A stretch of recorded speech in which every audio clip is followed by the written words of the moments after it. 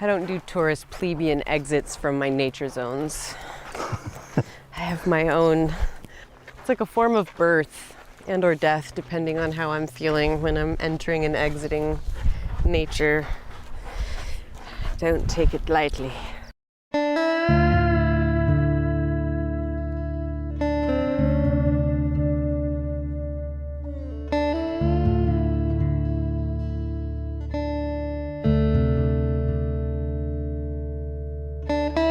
It's time for 90 Miles from Needles, the Desert Protection Podcast, with your hosts, Chris Clark and Alicia Pike.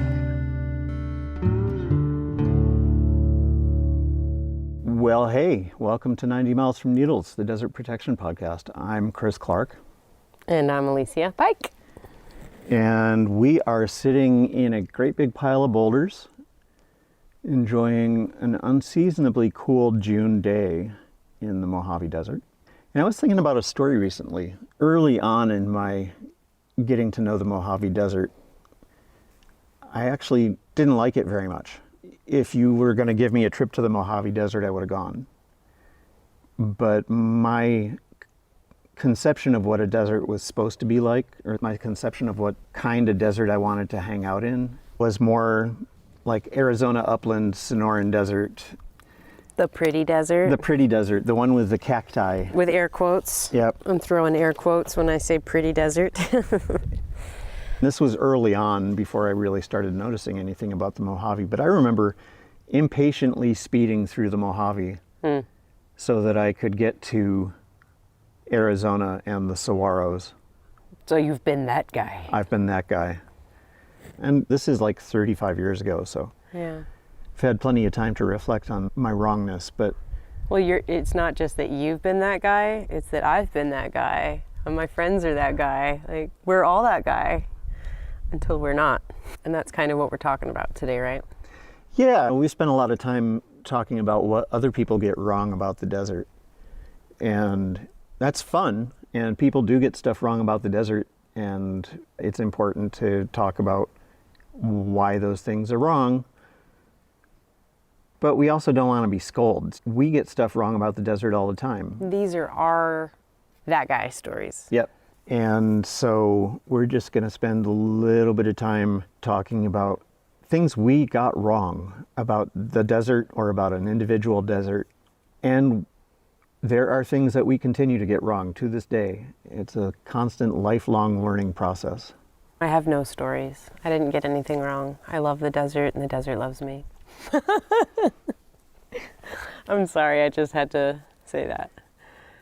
You do love the desert, and the desert does love you. Well, I guess in a broader perspective, for me, one of the things I got wrong about the desert was thinking that it was all, I hesitate to even say this out loud, but to think that it was all kind of the same. And over the 10 years of living here and observing intimately the different microbiomes throughout just this little nook of the Mojave has shown me that the biodiversity of what can grow in a desert will really take you by surprise. But out here in the wild, it did not occur to me the variety of succulents and ferns and vibrant colored single-cell organism communities that amphibians, the toads, the frogs, the things that you just wouldn't think would thrive and grow in they're not everywhere, but where they do have their moment to shine is what it is. There are these little micro communities within the desert that you would never expect to find such delicate, moist splendor. And I totally had that wrong. I grew up in San Diego, where I knew succulents from the coastal bluffs, and to find similar looking succulents thriving out here in the desert was one of those, oh, wow moments. I just didn't see that one coming. The whole notion of the differing biodiversity and the microclimates, and I mean, in a place like we are right now, I would not be at all surprised to find little dormant ferns. And there are places like where I live, there's no chance of there being any ferns unless I bring them.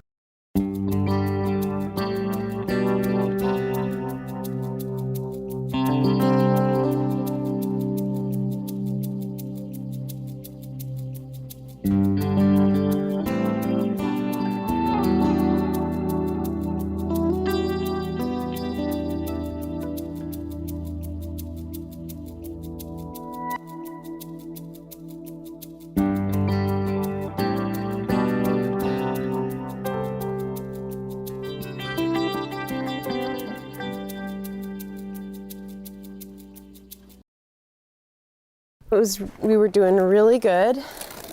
We only got one little United Airlines moist towelette wrapper here. One of my favorite little corners of the wilderness that's not so wild, but loved and respected nonetheless by yours truly.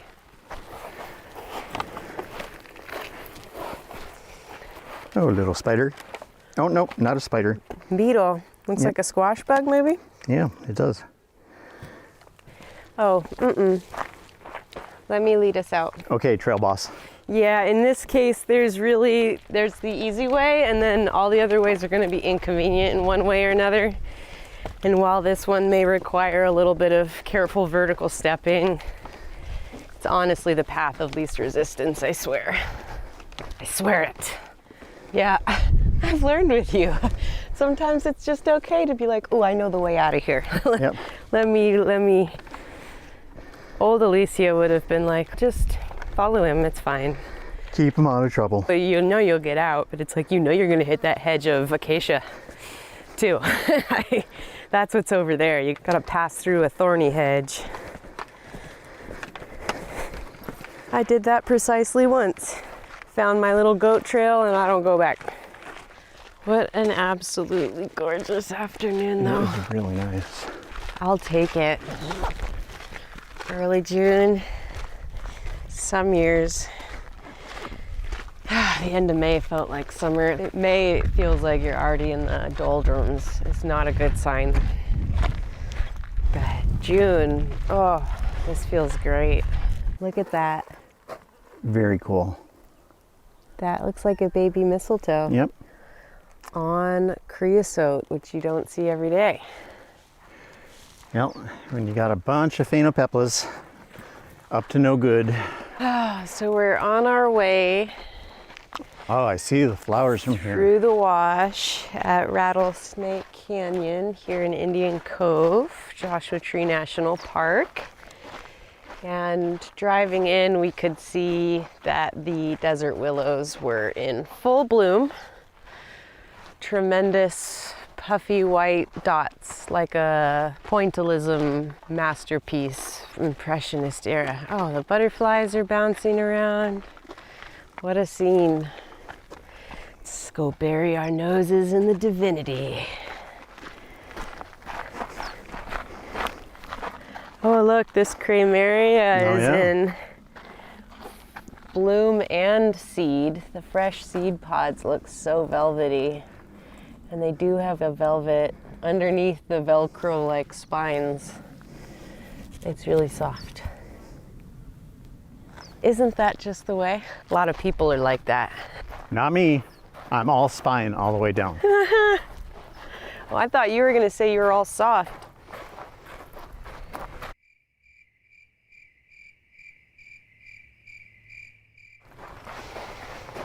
Oh boy, look at this. Wow. This is just amazing.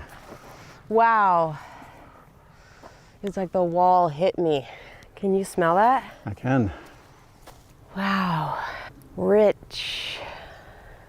I think the first time I saw a desert willow in bloom was at Grapevine Canyon in what is now Aviquame National Monument. I'd read about desert willows forever, but I just saw this plant blooming in this canyon that was full of petroglyphs, and there's just something really vibrant and magical about it. And it was the middle of summer, and it was hot and it was dry, but this bush had just sunk its roots down into a wash like these have here. Yeah. This is such a forest. Oh, and looking back where the light catches the flowers. Nice. And all the creosote seed pods are glowing. And it feels like it's snowing. All of these blossoms just trickling, in constant trickle, they're falling. There's so many of them. Oh, Chris, this is stunning, isn't it? Yep. I just got to get a little deeper and get surrounded by them. This wash is so thick with them. And we got acacia blooming and cheese bush. It's so fragrant. Woo.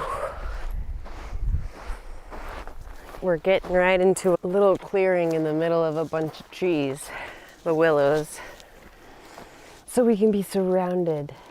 Oh, some of the blooms have the pink, and then this one is a white with a yellow. Mm-hmm. It's so neat how they all look the same, but they're exquisitely unique. This one has some purple striations with the yellow, but is mostly white. We are standing right now in a grove of trees that are mostly 15, but as tall as 25 feet. Just covered with flowers and lush green leaves, and we're in the Mojave Desert, folks. This looks like Iowa or someplace. Okay. Things that I got wrong about the desert. Number 2361. You think you're going to learn a species, you got it, you read about it, and then you find out that there's like 25 different versions of it with subtle variations, and you've got to learn which ones have a fine hair on the stem, which ones have a tacked leaf, or which ones have these minor differences. And in the beginning it felt like, this is overwhelming, how am I ever going to learn them all apart? And now it feels like a challenge that's really exciting. Like, oh, there's 25 more on my bingo card? I don't know. Like the willow. You'd think these are all the same kind of tree, but just the simple variation in their blossoms are astounding. Really liking the patterns of foliage up on the hills here. Some places where it looks like there's hardly any at all, except that if we got up close, we would find a whole bunch of things growing. But even from here, looking a mile and a half away at the hillsides, there's some patches that are just really densely vegetated. Up at that altitude, I'm gonna guess from here that those are the scrub oaks. That makes sense. And I can see pinyon for sure, and junipers do show up. So you get that nice trifecta of those three, and you get that darker green, thicker cover. Whereas over here, like you said, it looks more barren, but it's funny because what looks like earth is, I can see very clearly, is scrub. Mm-hmm. I can't see any bare earth, I can see bare rock. And there is one of the biggest clumps of dodder I've ever seen. Yeah, that's a big one. Dodder is a parasitic plant that it's easy to recognize because it's a bunch of stems that look like a really badly built bird's nest and are bright orange. So let's keep walking, shall we? Yep. What a sight. This beautiful wash.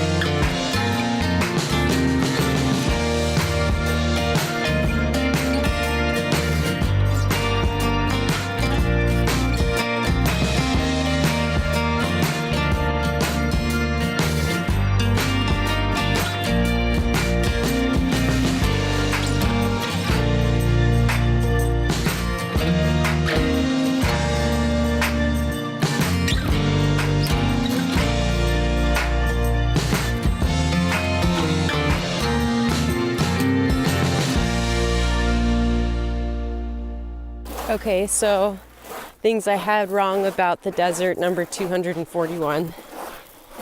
I always thought that when a flash flood happened that it was going to be like a wall of water. Dead wrong! I've looked for videos of the wall of water, and while there are some extremely gratifying wall of water flood videos, it's never met my expectation for what I thought. Even hiking in these dry washes, I've seen the high water line, so I have my ideas how deep the water can get. But having come out to this very canyon and perched up on high rocks and watched the floodwaters come down in all varying stages, I've seen it, and it's not like I thought, and it's way cooler. It requires patience and timing to catch it. It feels like a very rare event, but it's really just a matter of stalking the weather and making sure you have the time to go sit out in the rain and stalk a wash. So what does it look like if it doesn't look like a wall of water? Well, that's the funny thing. So in this wash, it started as a trickle. Mm-hmm. Just a teeny, inconsequential trickle. And I do have some really cool video footage of that we can share. In another situation I saw, the water had already been flowing, but then it was like it reminded me of a tsunami. People think also that tsunamis are going to bring this wall of water, but it's more like a tidal surge. And this surge came that had this first pre-surge that was literally a few ripples, but clearly more water was coming. And then the next surge, you could feel rocks tumbling around you, and the water was now moving, and the water only continued to rise. And it was just so weird to see that, just to happen to have been out there standing in the road while it was flooding, and to see that calm rain runoff turn into, ooh, I might need to go put on my water shoes because there are rocks tumbling in that water. Like, it's crazy. But yeah, the gentle trickle, that's how people get killed, though, is that little gentle trickle that it starts with is so deceiving. It doesn't look like much. No. And that wall of water, I feel, is the parable story behind that trickle. Do know that there's a wall of water coming for you behind a trickle like that in a desert wash. You just need to be smart about it, keep on high ground. Here comes the flood.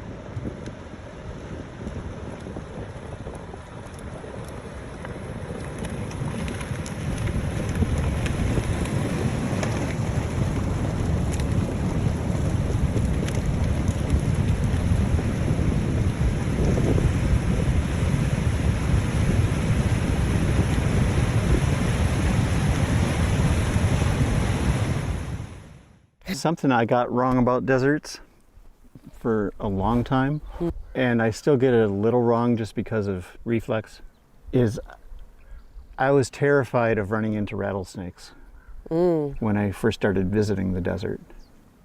My then girlfriend in the 1980s, I was living in DC, and my ex was applying for a job in southern Arizona at a legal clinic. She was going to law school at the time. And I imagined us living on the Tohono O'odham Reservation west of Tucson. And we had 2 cats at the time. And I thought, how the hell are we going to keep the cats from getting eaten by rattlesnakes? Wow. And I spent some time being actually nervous about that. Wow. Danny, are you listening? Can you believe that? And then I actually started to run into rattlesnakes, and it was completely different. Because they're just like you. They're like, oh, no, man. Hey. Hey, I'm not starting anything. I don't want to hang out with you. I'm pretty sure you don't want to hang out with me. Look, you don't want to hang out with me. Let's just go our own way. And we will need to do an entire episode on snakes, and especially rattlesnakes, just because there will be people that will be interested in having an entire episode, and then there will be other people that won't listen to that episode with a 10-foot pole. But I was hiking above Palm Springs about 10 years ago, and This guy breezed past me on the trail, and there weren't earbuds then.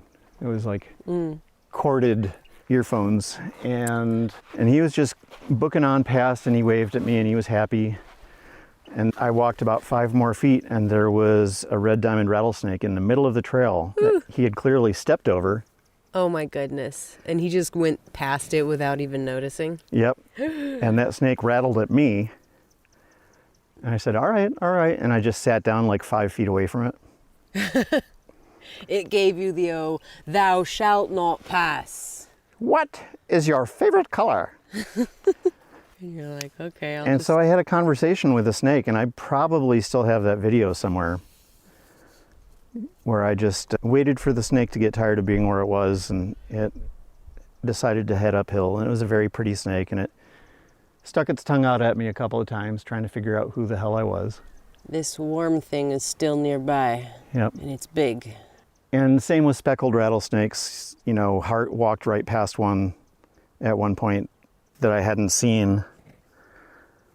And then she walked past it again, and I saw it, and she was maybe 2 feet from it. Well within striking range, but this snake was just not wanting to be bothered. Even after I'd run into a few snakes and gotten much calmer about them in general, I still had this mystique in my head about the Mojave green, a northern Mojave rattlesnake, which is reputed to be aggressive and ill-tempered and nasty. And they are the rattlesnake that I most enjoy running into now. Because there is no question of accidentally stepping on one. They rattle at you from 30 feet away, and they say, hey, excuse me, I'm over here. You want to stay over there? All right. And they're such wonderful critters, and I just really love them. It's neat how they all have their own personality type. Yep. You know, the speckled seems to be very quiet and chill.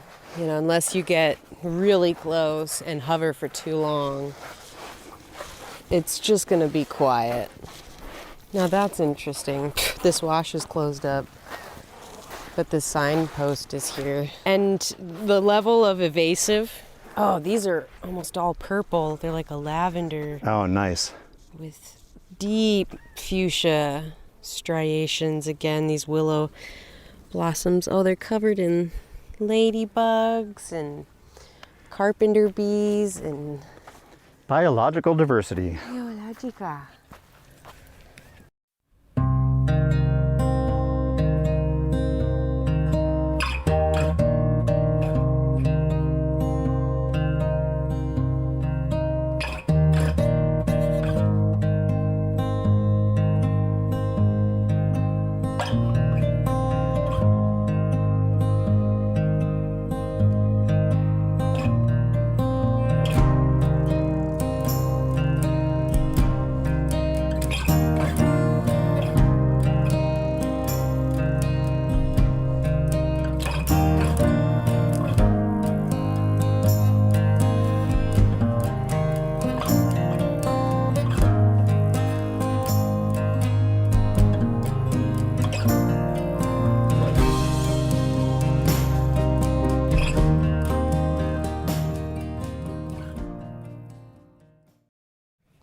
I'm starting to get a red light on the battery.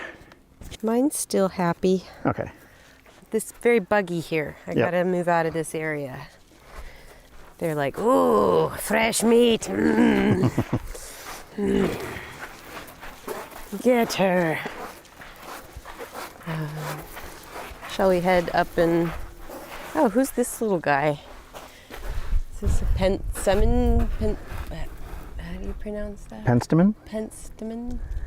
Looks like it might be. It certainly has gotten beaten up. Yeah. Well, look where it chose to grow. Yep. Smack dab in the middle of a wash. I think you're blaming the victim there.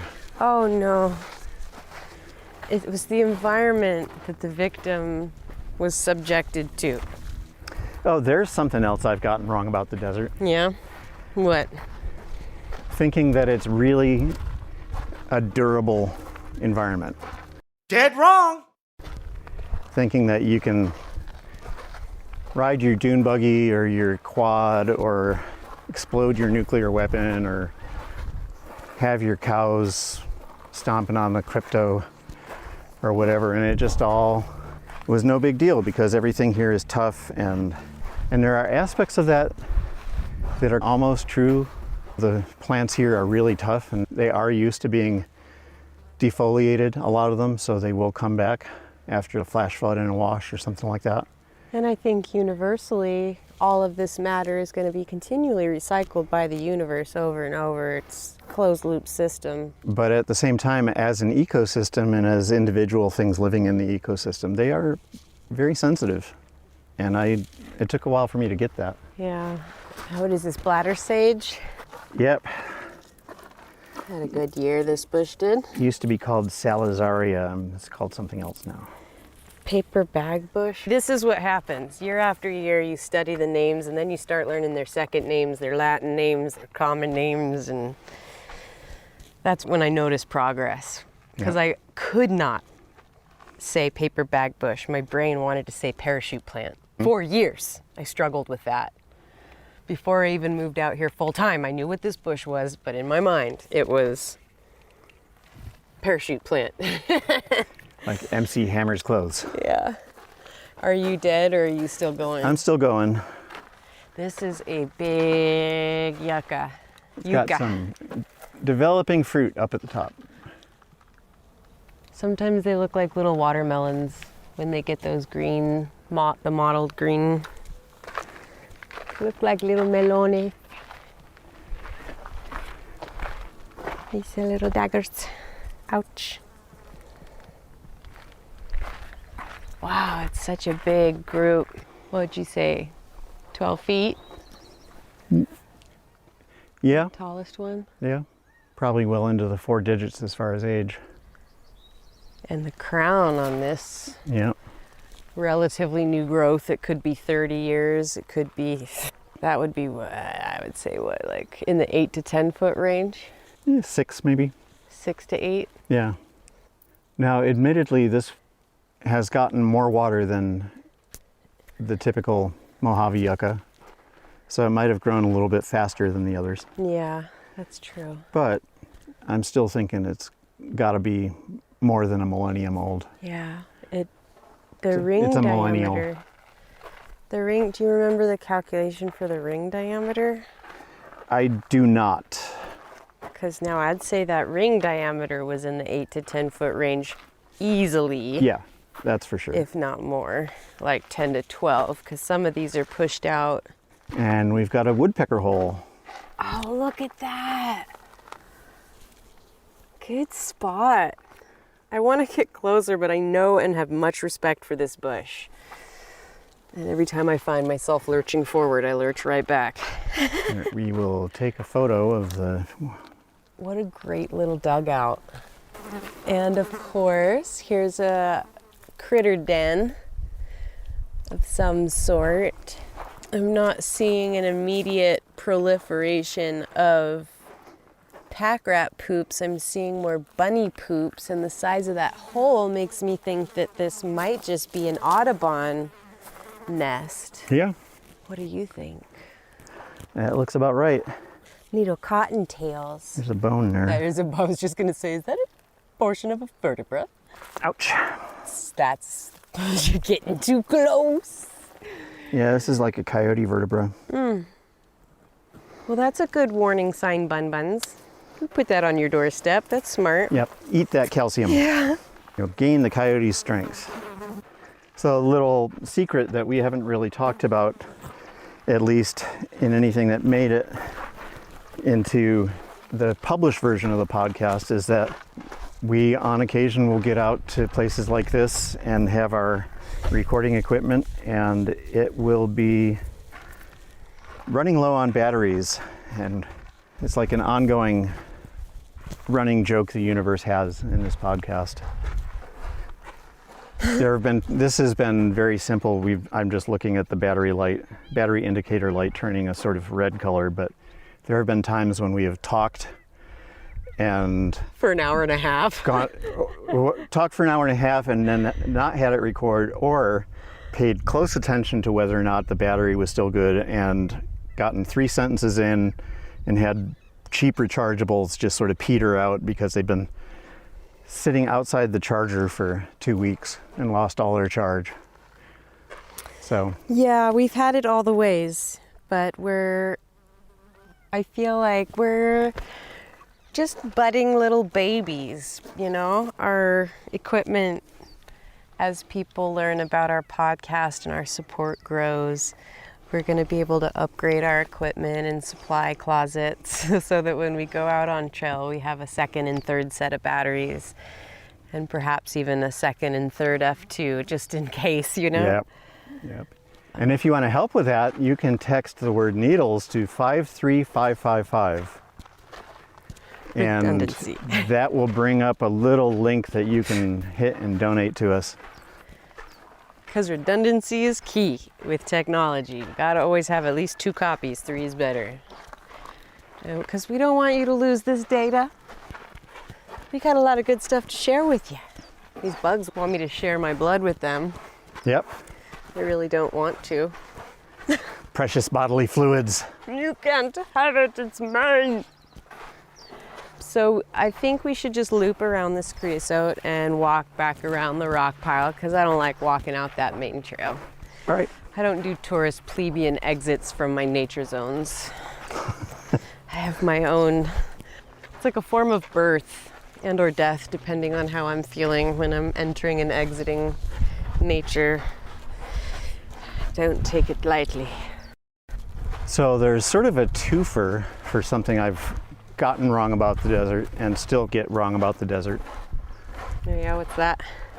When I first started coming to the desert and learning about it, and I was already a professional environmentalist, I assumed that everybody was really into the desert. Anybody that had an environmental sensibility at all, I thought that they would at least appreciate the desert from an aesthetic standpoint. Right.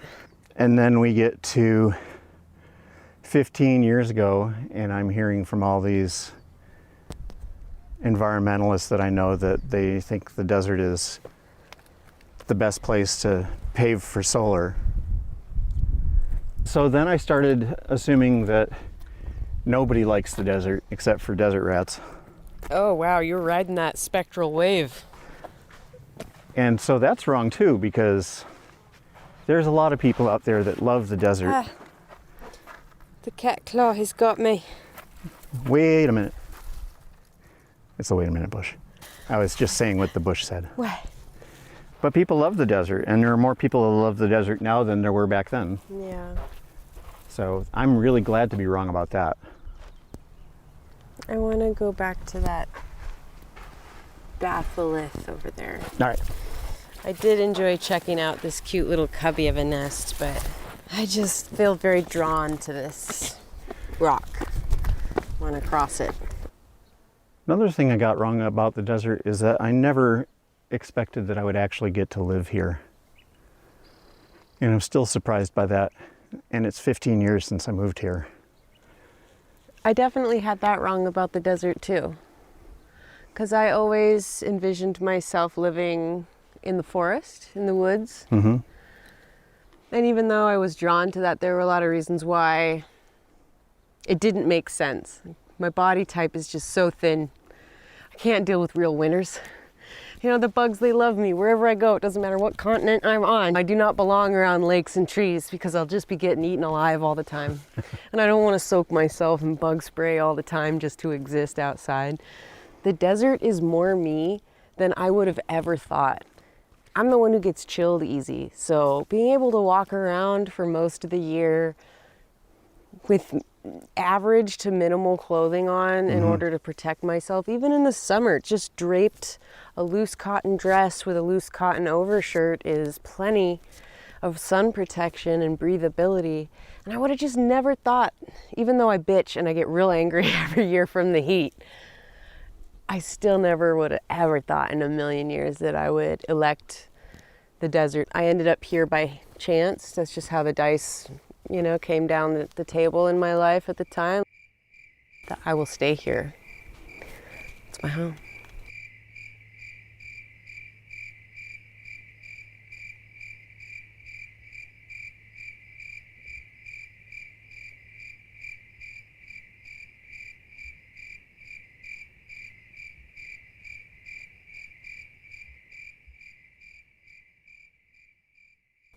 That's a biggin right there. I mean, this That guy is doesn't even know huge. what to do with himself.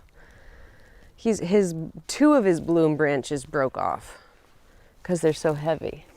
And look at this one growing all wonky on the side. That's fantastic. Yeah, this situation here reminds me of that really wonky one we saw on the 640 property. Yep. Scale-wise also, that was a big fucking yuckin'. Explicit lyrics. All right, how are you feeling? Is it time to get back to the car? Yeah, probably just, oh, I didn't even put my watch on after I showered. Look at you. Probably just in terms of me, who is that? That's the bird that I say. It sounds like he's laughing. Oh, the canyon wren. Okay. No, I was talking about the one I saw flying. It looked like, I'm not sure what it looked like. May have been a quail. The mourning doves often fly through here looking exotic. So that's a canyon wren. Yep. Pew, pew, pew, pew, pew. Yeah, I was thinking of getting an audiogram of a canyon wren's song as a tattoo. Huh. How do you get an audiogram tattoo? You'd have to print an audiogram out and take it to the tattoo artist. Oh. So if you're using Merlin or something like that. I thought you might implant a little music box thing in your arm. That would be much preferable. So you've got some sort of an image and then you can tap that and then the song will play. Wouldn't that be trippy? Yep. That sounds like some bizarre future shit that I don't want anything to do with.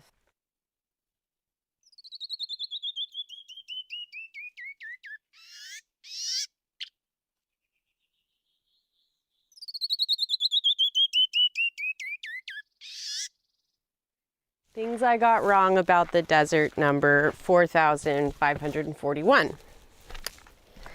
Well, at least it's a dry heat. Dead wrong. That does not fucking matter, actually. Dry heat is lethal. Yeah. You and I were talking earlier about maybe this year, number 10, I can not get heat illness this summer. Let's try to not do that this year. Things I've been getting wrong about the desert every year since I moved here is taking this heat seriously. It is so easy to just forget how short of a period of time it takes to put your life on the line. And you could be dead in 15 to 20 minutes from where you're at, and you're really not aware. Because first of all, getting grumpy, disoriented, and agitated are some of the first signs that you was in trouble. And, you know, who's going to notice if I'm grumpy and irritated? If you're not speaking and you're by yourself, Yep. sitting in your car in the drive-thru with no AC, it's 115 outside, you're waiting for your food. Yep.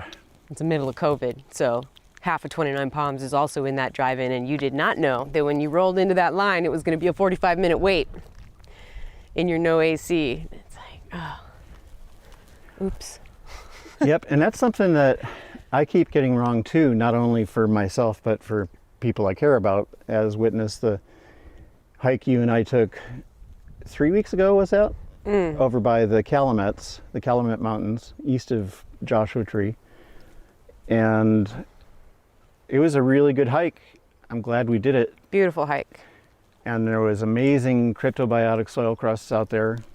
It was just really, it wasn't untouched by humans. There was definitely a lot of evidence of historic mining attempts and fence posts and things like that. Some two ruts where people had driven Jeeps.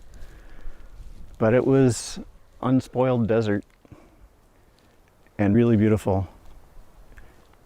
And at the same time, it was almost a 6-mile slog in sand, and it was in the upper 90s. And it felt like it was 110. And on days like that, it's just, you can't fight it. When your water is, that's, for me, that is the first sign that I'm in trouble, is I'm going through my water quicker than I would if everything was in balance. I don't remember when we stopped first, but when I pulled my Camelback off, I remember having this feeling of, ooh, like half the weight's out of here already, and we aren't even at the halfway point yet. And that, as we know, as seasoned desert people, that's the turnaround point. Yep. But I did have that I was carrying a bag with 4 sparkling waters in it, which we did consume. Right, and I did have extra water myself, but still. Yeah. Those little signs are things you learn through those experiences, and committing those acts of neglect against yourself multiple times where you think, I'm going to be fine, and then you realize, oh shit, I should have brought more water. Yep. But yeah, the heat, I'm going to really do it this year, I swear. We will take care to make sure that we go for our own hikes as premier hiking pals, going up to altitude or doing night hikes, or maybe both. There's a section of the Pacific Crest Trail just outside of Big Bear that is a fantastic place to hike. Even in the depth of summer, it gets to 85 degrees maybe, and there's forest. And you can hike past Joshua trees that are doing just fine. They're looking really good. So I have to check that out. Definitely. Now you got me jonesing for Gorgonio action. I am committed to getting some hikes in San Jacinto. All right. I got some spots up there too. You show me yours, I'll show you mine. All right. I have an ex that used to respond to that it's a dry heat observation with, so's a fucking blowtorch. Wow. I have likened it to when trying to explain to people what to expect, or even clients who know what it's like out here, when they ask me in the doldrums of summer, oh, how is it out there today? I hear it's pretty hot. A couple of my favorite responses are, you know, when you open the oven door and you've had the broiler on and you forgot about it, and you're opening the door and you get that whoosh. That's what it's like when you walk outside. Either that, or on the worst days, it really feels like you're in a radiation chamber and you're walking into a pure radiation furnace. The UV rays are punishing, the heat is punishing, and I feel that there are days where I can feel the skin damage happening as I'm walking from my house to the car. It's just such an intense day. And the thing about the desert is it's reflecting off the soil, the sand, and it's brighter. It's not just bright. It is a reflective oven in the summer. It is a real cooker. As my mom and grandma used to say, it's a real cooker. It was a couple of years ago. I was in Death Valley in July or August, I forget which. And it was up in the 120 range. And I decided that I had to just feel what it was like at Badwater, which is 282 feet below sea level, lowest point in the Western Hemisphere. And I got there just around sunset. So I got a few minutes of experience of having the sun shine on me and having all the salt crystals reflecting sunlight up at me. And it was extremely intense. Yeah. And I looked over to see my car just maybe 100 yards away with working AC and cold water and all that kind of stuff. And so I was in basically no danger if I didn't do my usual thing. If you didn't collapse right there on the spot. Right. If I didn't do my usual thing of walking another 3 miles. How was the Fahrenheit? What did you say it was 123? 122 or so. Yeah. And just got the really immediate sense that it would be so easy to die here. And they did find a guy out there at Badwater where he walked the boardwalk past the flats, and it was like the first clump of trees. He just curled up under there, and forget how long it took him to find him, but not immediately, even though it seemed like an obvious spot. I wonder if his energy was there, fucking with you. Could no, be. Alicia, keep your hippy dippy shit out of the podcast. No, bring your hippy dippy shit into the podcast by the truckload if you want. And if they haven't figured it out by now and they're still listening, cool with me. For listeners who are confused as to whether Alicia might actually be a hippie, go to our website. If Alicia might actually be a hamster. And look at Alicia's the only photo. one who doesn't think she's a hamster. Or a hipster. Or whatever. What's funny is that I labeled the best of my dad's clothing after he passed away as like hipster clothes. I felt like my dad was a hipster. It's like everybody's a hipster but me. Yeah. Feeling a little Trumpy there. It takes one to know one, as my mama used to say. And look, does a hipster mean someone has good taste? Because apparently that's really what it means to me.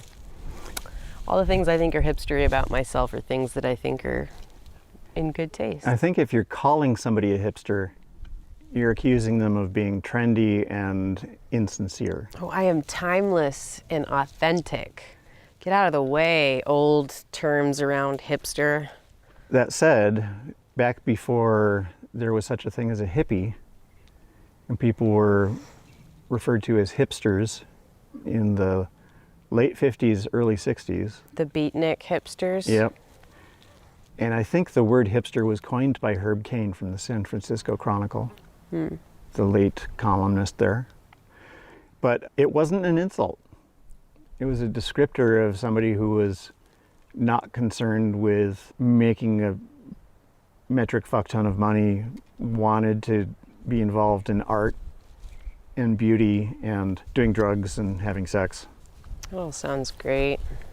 This is such a great idea, What? coming here Oh, today. good. I'm glad you feel that way. The breeze is picking up and I'm a little concerned that it's gonna just keep getting worse even with a dead cat. Okay. But Well, do you want to meander back to the vehicle with the mics hot or not? yeah, let's do that. All right. That is just absolutely stunning. The color coordination of the rock and the buckwheat. And the, Right. It's like they coordinated their outfits. Yep. Ah, those trees smell divine. I'm going to have to bring others to experience it. Got a few friends visiting soon. Hopefully they will still be, I don't know, at the rate that they're blooming and falling. It looks like we've probably got another couple weeks. Yep. Show off. Right, he's on his pulpit. Singing the sermon to the canyon. The raven all the way at the top of this ridge, sitting very prettily on a boulder on top of the ridge. What would you call that? A promontory? I'm trying to find all the fancy words for the spot he's sitting on. Promontory. There's a biblical term about, what is it, on the mount? Oh, he's doing Raven. the Sermon on the Mount. Yeah. Blessed are the cheese bringers. Trash is thine gold. In the world of bounty, trash is our currency. I don't know what he would be saying, but praise all ye tourists who come to give us trash. All right, we are back at the car, and I have one last thing I got wrong about the desert. What's that? So I moved here, I thought I would never find a community of like-minded souls. Even with the 5 that Joshua Tree is branded with? Well, when I moved to the desert, I moved to Nipton, so it was a lot smaller. But Okay. I mean,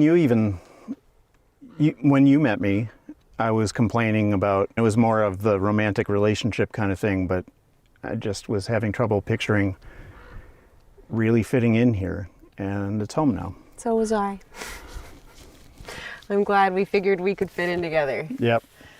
All these years later, now we're doing this great podcast and sharing the desert love. Let me see if I can think of any last minute things I got wrong about the desert. Things I've gotten wrong about the desert. Number 1, you can never drink enough water. And for me, the ultimate sign that I am drinking enough water is that it's running through me and I'm peeing very quickly after drinking that water. If your body is taking anywhere from 20 minutes to an hour and a half or 2 hours or more to pee after you drink 12 ounces of water, pay attention to that. It's important. And as you're doing that, you want to bring salt in, because one of the things I got wrong about the desert is I didn't realize that hyponatremia exists. So you want salty snacks.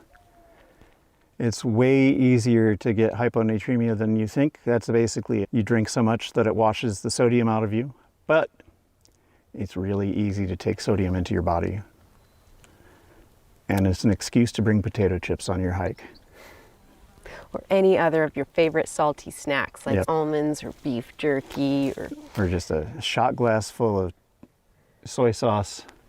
oh yeah, some straight salt and pepper on a hard-boiled egg. Yep.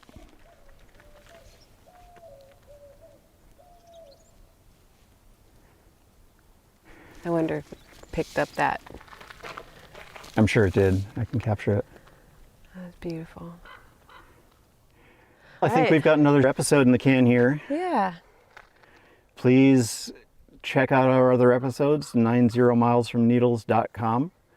We will keep you apprised of our progress in getting that nonprofit established. We're really looking forward to that.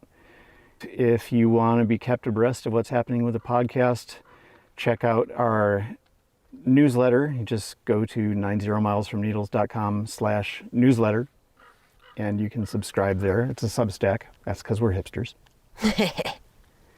And once again, I am Chris Clark. And I'm Alicia Pike, signing off.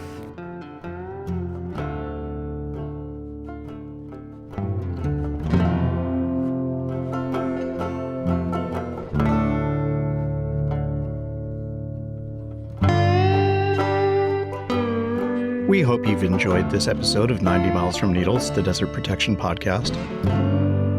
The episode was produced by Alicia Pike and Chris Clark and edited by Chris. Special thanks to Martine Mancha for our podcast artwork. This is the first time since we've launched that we don't have any new subscribers. If you want to become the first one in the while, check us out at 90milesfromneedles.com/donate or text the word needles to 53555. Thanks for listening.